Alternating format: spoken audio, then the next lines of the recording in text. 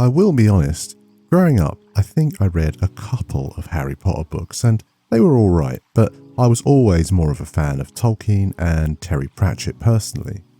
As far as a media series goes, there is no denying its success though, and it's the perfect franchise to make a video like this on. I recently had a visit to the Warner Brothers studio tour and took the opportunity to grab some background footage, making this the perfect opportunity to make this video. The premise covers a few different aspects. I'm going to look at the concept of time within the Harry Potter universe, the devices used by the characters to interact with it, primarily from the original film series, and then I'm also going to look at watches in the real world inspired by the franchise. I will stop short of suggesting which watches would suit the characters. That can be its own video in the future if it's something you want to see. As I've outlined at the start, I'm not an expert on the series, and if I make any mistakes, I am more than happy to be corrected in the comment section below. I guess I'll also throw a spoiler warning in here for those of you who don't want to hear very specific details if you've never engaged with the franchise but plan to. With all that said, let's get into the video. Let's start by briefly exploring the concept of time itself within the universe. The main story unfolds throughout the 1990s, which, narratively speaking, is probably pretty helpful. Imagine if it was set in the modern day. All the kids would just be glued to their smartphones and nothing would really happen.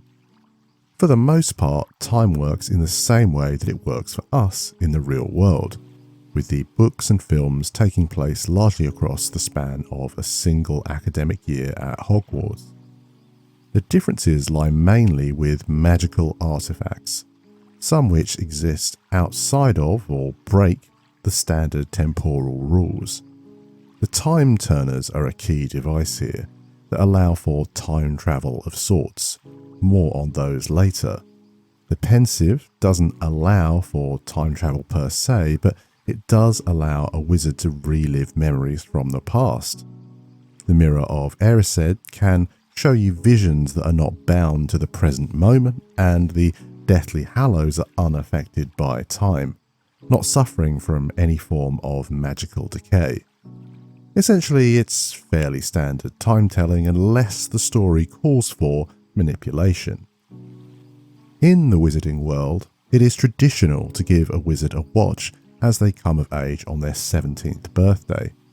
There are points in the books where this is mentioned, but to my knowledge it never features on screen.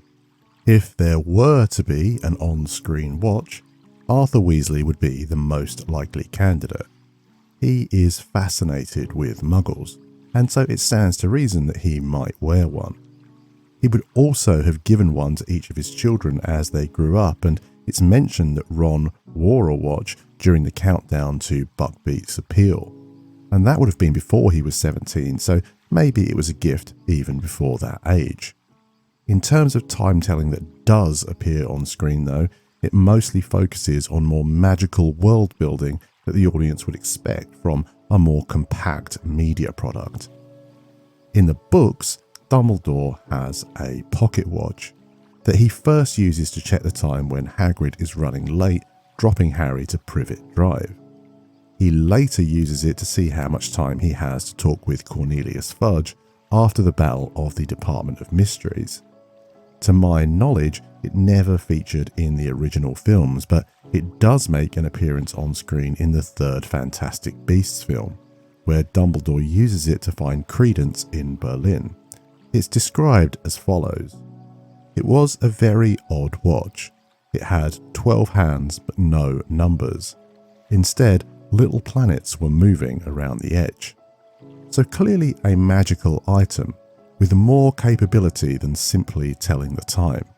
But what it can do and how it works is never fully explored. That hasn't stopped people from recreating the pocket watch in the world though, and if you search for listings today, you'll find plenty of variants. Many are homebrew creations from craftspeople on Etsy, but there was an officially licensed piece produced by Fossil as well.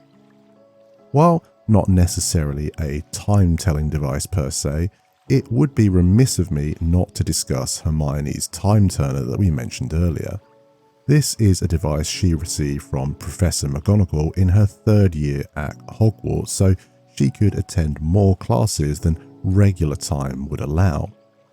In truth, the device is used as a major plot point throughout the books on so many occasions that I'm fairly sure that could be a video in and of itself. Hermione's time turner bore the following inscription: "I mark the hours, every one, nor have I yet outrun the sun. My use and value unto you are gauged by what you have to do." Physically, it resembled a small hourglass held within 2 looping bands on a necklace, but within it was held an hour reversal charm. The number of times you turned the hourglass corresponded to how far back in time it would send you, though you could only stay there for 5 hours at a time. There are a lot of fan-made and indeed officially licensed time turners out there. In the UK, one of our high street jewellers still sells them, though of course it does not tell the time and is definitely not a time machine. From a distance, the Weasley family clock might look like a standard time teller, but look closer and you'll see all of the hands adorned with pictures of the Weasley family, with the numerals replaced by locations, allowing the whereabouts and well-being of everyone to be tracked. Its full workings are never truly explained, but Dumbledore is clearly impressed by the artifact. But she may already know that excellent clock of hers. A slightly morbid aside, but it's unknown what happens to Fred's hand on the clock when he perishes at the Battle of Hogwarts. As a real-world item, there are many homebrew recreations of the clock, many that actually tell the time, but to me the most interesting is probably the Lego set. That brings us to the final section of the video, watches inspired by the Harry Potter universe that you can go out and purchase for yourself. Currently, if you search for Harry Potter watch, you'll undoubtedly be pointed straight to Timex, who have a partnership with the franchise and are currently selling 9 different models based on various aspects of the wizarding world. Several relate to the Hogwarts houses.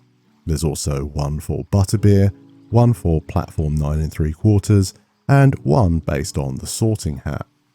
Outside of these more novelty pieces, there is also a considerably more expensive automatic model themed around Hogwarts based on the Waterbury range.